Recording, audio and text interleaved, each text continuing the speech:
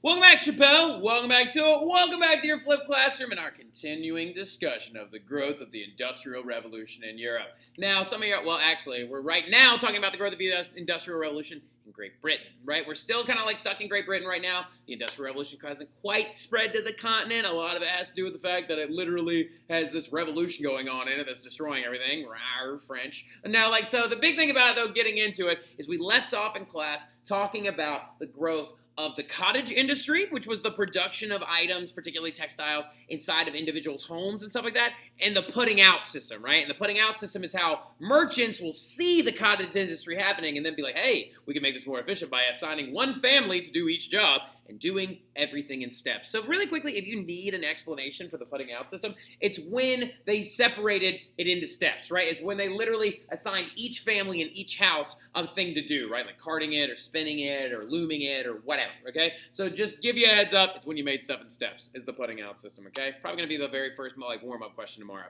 Now, the thing about that we also talked about is why textiles, and a lot of it has to do with the fact that literally there is this animal that lives in Great Britain called sheep that produce a lot of wool, and there's also this plant that's being produced in a lot of their colonies called cotton that's providing a lot of raw materials for the textiles themselves, right? Now, getting into it, though, we're now going to continue that expansion of the Industrial Revolution, but now we're going to try and figure out how do we make it all faster. Now, remember, a big theme of the Industrial Revolution is the mechanization in terms of efficiency, right? Or mechanization or efficiency in terms of production, okay? How do I make an item faster so I can charge a lot smaller price for it, exposing it to more people, and then also selling more of it and making more money for myself, right? And a big thing about it, though, is that we're talking textiles, so how do we make that cloth faster, right? Well, there's going to be a series of inventions that come along that actually make all of these goods much, much quicker, right? And so these inventions include these three items right there. The first one right here being known as the Flying Shuttle, okay? Now, the Flying Shuttle is an early invention that looks like this, that literally is not a canoe. Everybody every single year is like, is that a canoe? No, it's a thing that's about the size of like this pin right here, maybe a little bit longer, right? It's a little like device that's probably maybe a little bit longer, maybe like closer to that, and it's actually got thread like on side of a spindle right here on the inside of it, right? And then literally it's got little wheels on the bottom of it and stuff like that. So you literally can like pass the thread through the loom much, much faster, right? So before, whenever you were actually looming on one of these really, really, really big looms inside of your house, it looked a lot like this, right? Literally children or the like individual operating the loom themselves had to take their fingers and for each individual thing of thread, they had to go like this and like weave it through the entire thing over and under and over and under and over and over the waft and the weave, right? Go like this, and then go clack, clack, and just like pull it closer to them to tighten everything up, and then they would have to do it all over again. Well, the Flying Shuttle is going to make it much more efficient when they actually can now take this little thing with wheels on and go, pap, and they can actually hit it to the side and it goes, sew, and it like just like slips through, weaving it much faster, okay? Now, another big thing, though, that's going to happen, though, is because now this is increasing the demand for thread, because now we can weave things much faster. I need more thread to keep up with this production. They create a device, or excuse me, Richard Arkwright creates this device known as the spinning jenny, right? The spinning jenny is a thing that can spin thread much, much quicker. So same thing, going back to this picture again from the textile, or from the cottage industry, right? See this lady right here? She is spinning thread, right? She can only spin about maybe 1 to 2 threads at a time. It takes one person to do that entire that entire process. Well, the spinning jenny turns one person who can crank this wheel into someone who can spin actually anywhere from 10 to 100 threads all at once, which is absolutely insane because like the idea is that we're now producing so much more thread and we just have somebody leaning over that's going yarn, yarn, and just like actually wicking this thing around, right? It's very, very impressive. And also, that's not actually the inventor of this. I can't remember who invented the spinning jenny, but Richard Arkwright actually invented this, known as the water frame, right? Because the problem with the spinning jenny was the fact that, yeah, it was great and it was spinning a lot of threads at once and stuff like that. It's making this thread much more efficiently so it can go off and be used in the Flying Shuttle and in the loom to make cloth much faster. But the problem is like, how do we replace this person who's grinding away on this wheel, who's like sitting there doing this? Because you got to pay them. You know, you got to pay that person and stuff like that. Well, the thing about it is the water frame took the person out of it, right? You attach an axle to this little guy right here, this gear, and that axle is connected to a water wheel that has a stream underneath it, right? Like a creek that's running outside of the building itself, pushing that water wheel, and it's actually spinning the thread automatically, right? So the thing about it is if you take a bunch of spinning jennies, or a bunch of water frames, and you stick all of those in a building together, what do you have? You have the very first factory, right? Like, so yeah, you have a factory, obviously, okay? So these devices were the early form of mechanization for textiles and stuff like that.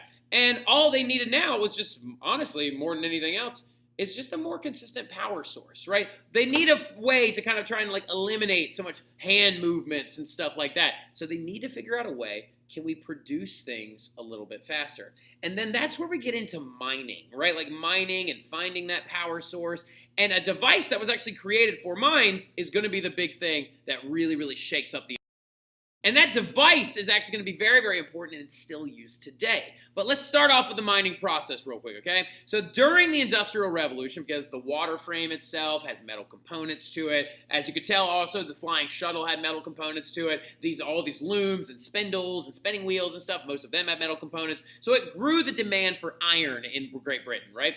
And the thing about it that you need to understand is that to make iron, you need coal. You have to have both parts. You can't smelt iron without having coal, right? So let's talk really quickly about what smelting is, okay? So when you mine iron out of the ground, it's actually integrated into a bunch of pieces of rock, right? Like you pick it up and literally like here's a chunk of rock and it's got flecks of iron all inside of it. Well, the thing about it is I'm not going to take like a chisel and chisel each individual piece of iron out. That's wildly inefficient. So what they're going to do is they're actually going to build furnaces all over, these things called blast furnaces, all over Great Britain. These are actually some of the earlier inefficient ones that actually came from like the late 1700s and stuff like that. They're going to make these furnaces everywhere that are actually going to like heat this item, this rock, to a very high temperature, right?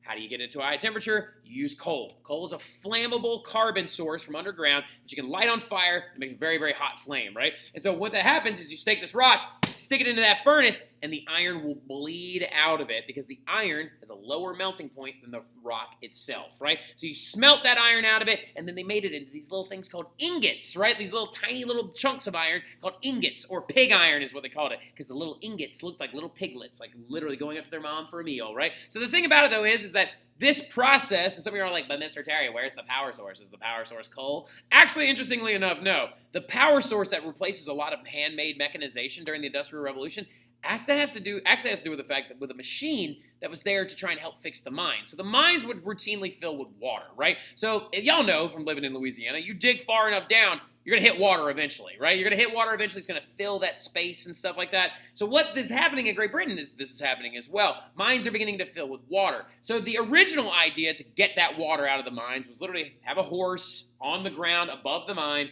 walking around a post, right? That post will spin and operate like a rope that will go down into the mine with buckets and bail the water out. Well, same thing about the Industrial Revolution. How do you replace that horse, right? Well, so what they decide to do is they create a thing known as the steam engine, right? Now, the earliest models of the steam engine were designed by this guy named Thomas Savery and John Newcomen, right? And the problem with them is that they would break routinely, right? So one Scottish tinkerer got called in to fix one of these steam engines, right? And his name was James Watt. Write that name down. James Watt, right? James Watt is going to come in, a Scottish inventor and tinkerer, who comes in to fix one of these early steam engines, and he realizes something while fixing it. He's like, if we could put a small part on this steam engine that will actually condense the water around the cylinder and prevent all of it from actually steaming off, which is actually located right there, we can save these and keep them from breaking, right? But what he didn't realize is when he actually added this part to it, you now made a fully functional steam engine that will run under its own power and doesn't need to be strapped into the dirt anymore. So you can make a really big one, or you can make a really small one. You can make a really big one that attaches itself to a bunch of wheels, and now we have a train! We can make a really, really small one that attaches to a loom, and now the loom is automatic and stuff like that, right? So the steam engine in its development is the power source that everyone needed, right? The steam engine will actually power factories that are going forward. All these different devices that are going to be made will be powered by that of steam. And today, in this modern era, the reason why he's so important, steam engines produce the power that literally the electricity that is operating the lights in my room, that is giving your computer the ability right now for you to watch this flip. And that's why the electricity that comes out of your socket is measured in watts, right? So yeah, okay? So literally it's measured in watts in the term of electrical conductivity and production, right? So that steam engine is going to drastically change the Industrial Revolution, and it's going to power it forward. Power it forward, get it? So it's going to change a lot of different things. So the next parts that we're about to talk about with the Industrial Revolution are all the effects of all these things that happened during this process, okay? So going into the 1700s, so going into the mid-1700s, late 1700s, because I believe the James Watt steam engine was actually developed in 1766. And I swear on everything holy, if I know this date off the top of my mind, I'm going to be mind-blowing. James Watt steam engine. All right, so when was it developed? No. Like, so when was it developed? So, all right, so, wait, let's go back. Nope, wait, steam engine. Year? Question mark? So 1769 when he patented it, but I think 1766 is when he added the part to it. But the big thing about it, though, is these steam engines now make it so your factories don't have to be near a stream anymore, right? They don't have to be near a creek to power a water wheel. You now power it with your steam engine. So they're going to move them into cities. Why are they moving them into cities? Because that's where more people are, right? So more people are living there because the agricultural revolution has freed up a lot of laborers, right? And it's caused this thing known as urbanization, okay? So in 1700s, the movement of people to cities is going to become very, very drastic, all right? Mainly because there's now a constant demand for factory workers as businesses are beginning to grow, right? And as you can tell, cities are becoming very, very, very overcrowded, right? So the thing about it is you can use a good example. You do not have to write this down. Don't write this down. You do not need to write this down. But an example of this is actually in Manchester, the United Kingdom, which is a very, very large city to this day, and it's also a very big production town to this day. So the thing about it, though, is in Manchester, in 1755, they started out with 17,000 people. But by 1801, with the growth of the Industrial Revolution, that number had grown to 70,000 people, okay? So as you can tell, we got a big burst in the creation of these different things.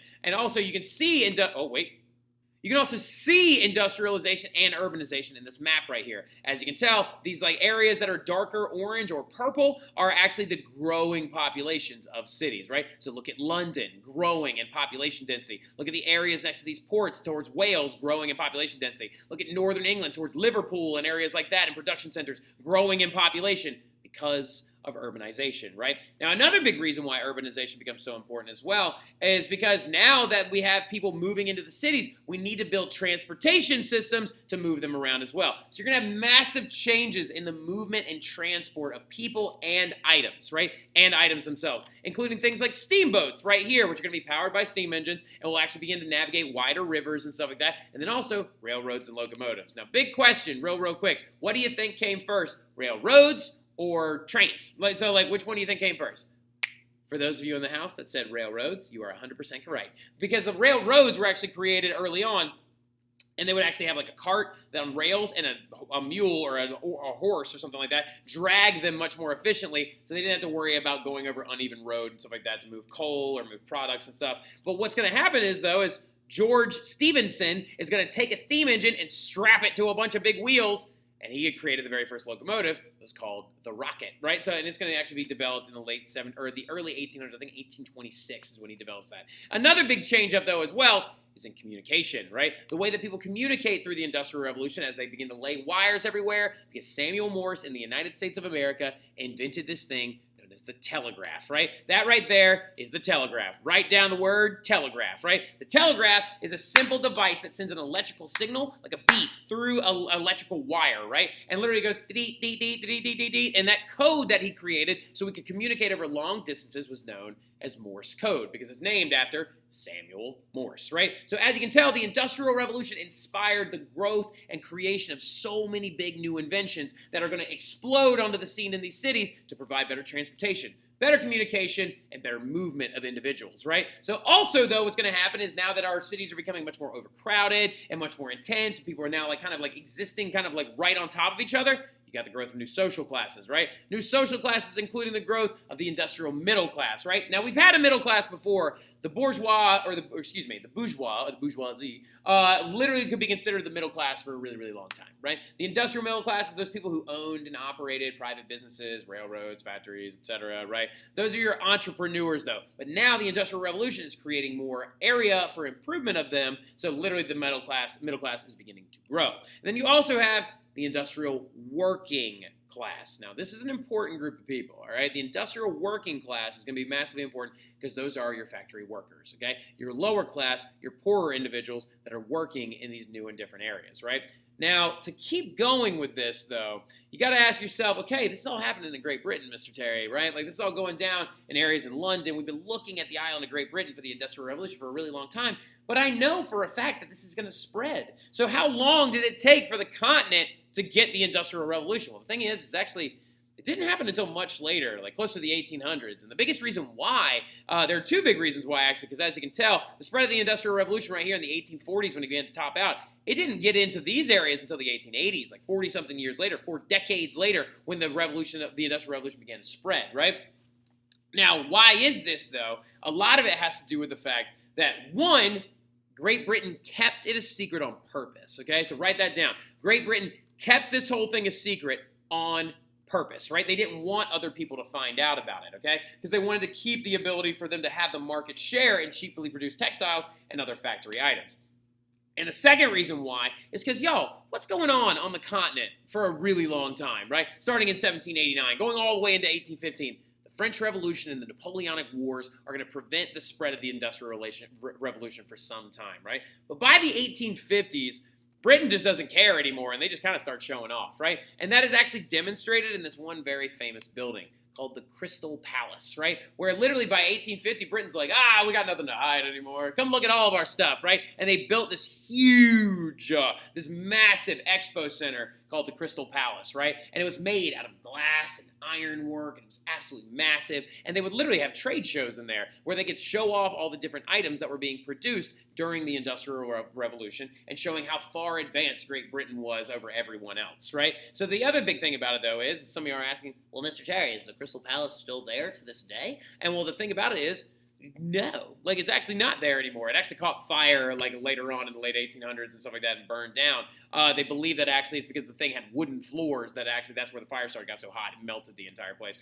But as a little bit of a vestige of something, there is an English Premier Soccer team called Crystal Palace that's named after this entire thing, okay? So for our soccer fans in the house, there is an actual little vestige of them still sitting around, okay? Now, what about the urban worker and the working class, right? Like, what's their life like? What are they going through day to day in this entire expanse of the Industrial Revolution? Is it an easy life for them, or is it a very, very hard life? Well, the big thing to actually kind of understand is that it is a really tough life, right? Because there's going to be two places that you might end up working. It's either going to be in the factories or it's going to be in the mines, right? And the factories are terrible. And we will talk about the harsh conditions of the factories right here, and we will keep going with that as we actually grow our understanding of this entire process when I see y'all next in class, okay? So y'all have a good one. I'll see y'all soon.